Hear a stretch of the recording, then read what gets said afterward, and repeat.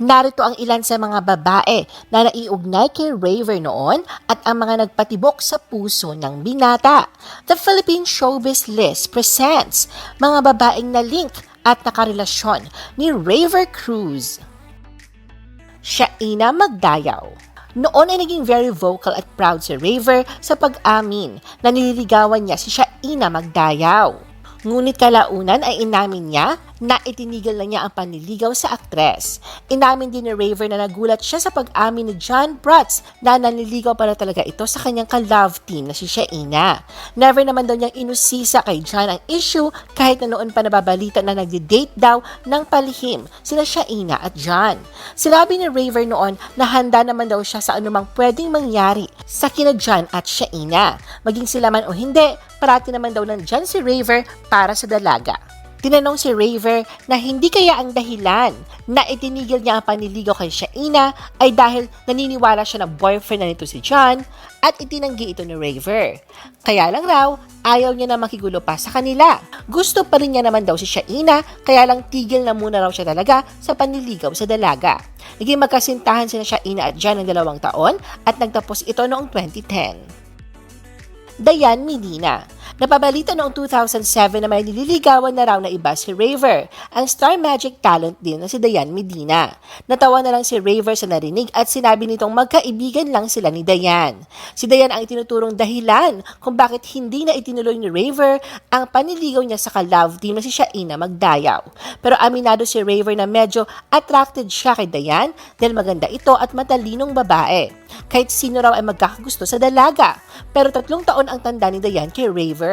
21 years old na si Dayan samantalang 18 years old pa lang si Raver nang malink sila sa isa't isa. Ngunit itinanggi ni Dayan ang aligasyon na may relasyon sila ni Raver. Tanggi ni Dayan na close lang sila tsaka iisa lang ang handler nila sa Star Magic. Hindi rin daw tipo ni Dayan ang mga kagaya ni Raver. Paliwanag niya na ayaw niya sa bata, lalo na yung mas bata sa kanya. Ang nakatuluyan ni Dayan ay ang kuya ni Raver na si Rodjan at may isa na silang anak. Maha Salvador. Noong 2008 sina Maha at Raver ang naging magkapares sa isang episode ng Your Song ng ABS-CBN. Ayon sa mga nakapanood ng nasabing show, may chemistry sina Raver at Maha. Bagay na bagay raw ang dalawa at iminungkahi pa nga nila na kay Maha na lang daw sana ipareha si Raver at wag na kay Shaina Magdayaw. Sinabi rin ni Raver noon sa isang panayam sa kanya na mas komportable siya nakatrabaho o kapareha si Maha kesa kay Shaina. At nang tinanong si Maha kung sakaling dumating ang time na ma-develop si Raver kay Maha at ligawan siya ng binata, sinabi ng dalaga na may maaasahan naman daw sa kanya si Raver. Rian Ramos. Noong 2008 na link si Rian sa kay Raver. May nagpakalat kasi ng balita via internet and text message na nahuling nakikipag-deal si Rian kay Raver sa isang Spanish restaurant. Naganap daw ang naturang secret date ng dalawa last August 26. At ayon pa sa email, after ng early dinner date ng dalawa, ay tumakbo pa daw si Rian papunta sa premiere night ng for the first time sa SM Mega Mall. Hindi naman dininay ni Rian na kasama nga niya si Raver noong gabing yon sa isang restaurant. Pero hindi naman daw niya matatawag na date yon dahil ayon sa kanya ay nagkatawagan lang daw sila noong araw na yon.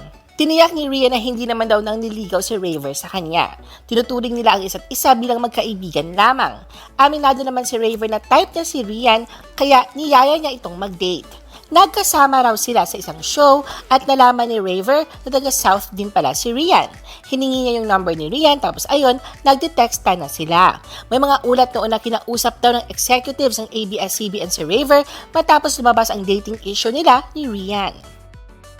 Sarah Geronimo. Si Raver ang pinaka-controversial na naging karelasyon ni Sarah.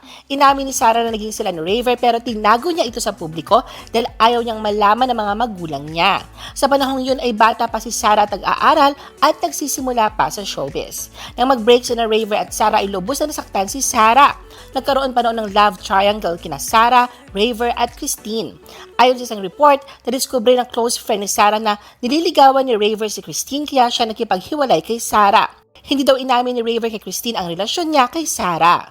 Ayon kay Raver, napagdesisyonan niya na mag-move on dahil hindi na siya makapaghintay kay Sarah. Idiniin din niyang totoong minahal niya si Sarah. Sa guesting ni Sarah sa GGV noong 2015 ay sinabi niyang okay na sila ni Raver at pag nagkikita sila ay okay naman sila. Melissa Ricks. Ikinagulat ng marami noon nang lumabas ang pangalan ni Raver Cruz nang sinabi ni Sarah Geronimo na si Raver raw ang crush nito. Ngunit agad din lumabas ang pangalan ni Melissa Ricks na siya naman daw ang tunay na karelasyon ng young actor. Nagkwento ang young actress na si Melissa na may mga negative messages nga raw siyang natatanggap sa kanyang vlog. Aminado si Melissa na dahil magkaedad sila ni Raver ay talagang malapit sila sa isa't isa. Pero kung closeness daw with Raver, hindi naman daw sila yung tipong close na close. Sa kabila ng patuloy na pagdidinay ni Melissa at Raver noon na may espesyal na relasyon na namamagitan sa kanila, consistent din ang pagsulpot ng mga balita na nagdidiin naman na may itinatagong relasyon ang dalawa. Ang pinagtatakha noon ng marami, mga fans ang nagpapadala ng emails na nagsasabi na meron talagang namamagitan sa dalawa. Nandyan ang balita na nakita raw silang nagdi-date sa Alabang Town Center at personal na raw na ipinakilala ni Melissa si Raver sa pamilya niya at iba pa. Kwento ni Melissa, marami siyang mga hate emails na natatanggap na binabaliwala na lang niya. Christine Reyes. 2010 noon na maging item sina Raver at Christine. Nung una ay parehong masaya ang dalawa sa kanilang relasyon. Sa interview noon kay Raver ay sinabi niyang masayang-masaya siya sa kay Christine. Kahit daw busy sila sa kanilang mga trabaho, ay ginagawa nila ng paraan para magkaroon sila ng quality time sa isa't isa. Kahit ang ina ni Christine ay boto noon kay Raver. Ayon pa kay Raver, may mga pagkakataon daw na pag nagtatalo sila ni Christine ay kinakampihan ng nanay ni Christine si Raver. Kahit sa pamilya ni Raver ay okay din si Christine. Pero habang magkarelasyon sina Christine at Raver ay nadawit sila sa kontrobersya tungkol sa napabalitang ex ni Raver na si Sarah Geronimo. Nagalit si Christine sa kay Sarah dahil nagpasaring daw ito na habulin ng mga sexing babae ang mga lalaking magaling sumayaw.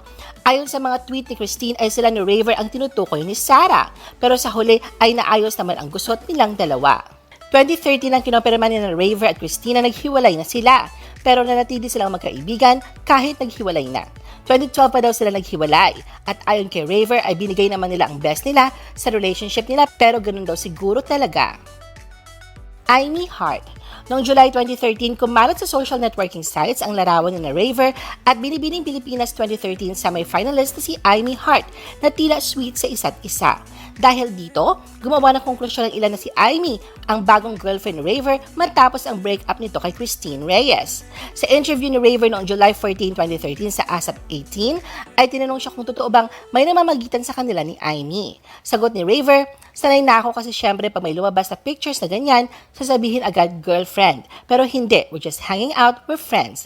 Nakilala ko siya through the yan. Ayon pa kay Raver, masyado lang siyang malambing sa mga kaibigan niyang babae na minsan talaga ay mabibigyang kulay ng ibang makakakita. Ngunit aminado naman si Raver na nagagandahan siya kay Amy. Pero di ni Raver, hangout lang talaga at magkaibigan lang sila ni Amy. Liz Uy. Na-link din noon si Raver sa celebrity stylist na si Liz Uy. Maraming nga raw nakapansin sa sobrang closeness at sweetness nila sa birthday celebration noon ng ABS-CBN executive na si B-Boy Arboleda. Pero ayon kay Raver, pinagtawanan lang nila ni Liz ang issue sa kanila.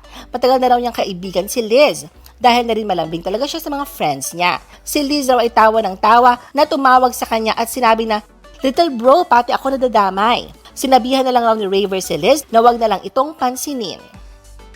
Kylie Padilla. Kaparehan ni Raver sa horror movie na Dilim ng Regal Films si Kylie Padilla noon. Nabanggit nga ng aktres sa gusto niya ang aktor kaya marami tuloy ang nag-isip na maaaring mauwi sa isang relasyon ang samahan ng dalawa sa trabaho. Single si Raver ng panahon na yon at nauwi sa breakup ang ilang taong relasyon ni Kylie kay Aldrin Abrenica ng panahon na ito. Inamin ni Kylie na aprobado sa kanyang tatay na si Robin Padilla si Raver. Bilang bagong katrabaho, masaya raw si Kylie sa pagsasama nila ni Raver sa trabaho. Kaugnay nito, hindi tinanggi ni Kylie na kinikilig siya habang pinapanood niya ang mga eksena nila ni Raver. Sa huli, tinanong si Kylie kung maaaring manligaw si Raver sa kanya kung sakali. Nakangiting sagot ni Kylie, "Oo, kasi I like him, pero ayaw ko rin pinipilit." Julia Barreto. Naging trending topic ang larawan ni Raver kasama si Julia Barreto at ang pamilya nito para sa advanced 26th birthday celebration ni Raver. Karawan ni Raver ay July 20, pero nagdiwang siya kasama ng Barreto clan noong July 17, 2015. Ipinost pa nga ni Marjorie Barreto, ina ni Julia, sa kanyang Instagram account ang kuha ng selebrasyon nila para kay Raver. Dahil dito ay marami ang nag-react at nag-isip agad na may namamagitan kina Raver at Julia.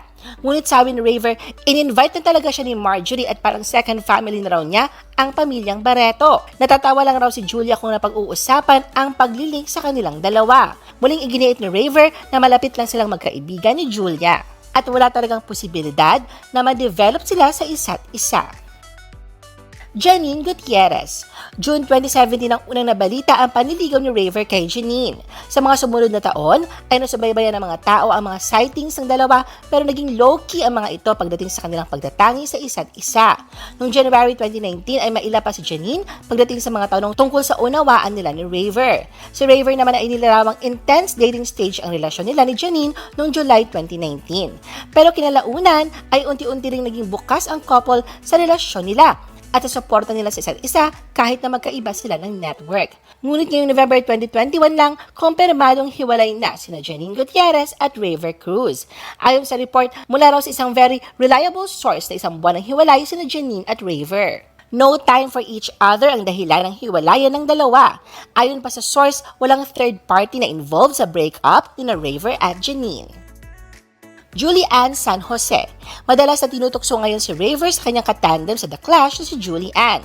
Pero ngayon ay umiiwas na raw si Julie Ann sa mga tuksuhan dahil nahiya siya kay Janine Gutierrez na ngayon ay ex na daw ni Raver. Sa interview ng isang showbiz website, nilinaw ni Julie Ann na hindi siya naaasiwa kapag natutukso sila dahil magkaibigan daw talaga sila ni Raver. Kampante raw siyang katrabaho ang co-host niya sa The Clash. Magkasama din sila Julie Ann at Raver sa second leg ng Limitless concert na mapapanood sa November 20. I-post ang inyong comments at reaction sa baba. At huwag kalimutan na i-like at i-share ang video na ito. Gusto mo pa ba ng ibang showbiz videos? Panoorin ang aming iba pang top viewed videos. Para sa aming mga YouTube viewers, pumunta lang sa description ng video na ito o i-click ang link sa itaas ng screen. Para naman sa mga Facebook viewers, ay maaari ninyong hanapin ang mga link sa comment section ng video. I-follow nyo din kami sa Facebook at mag-subscribe sa aming YouTube channel. Thanks for watching!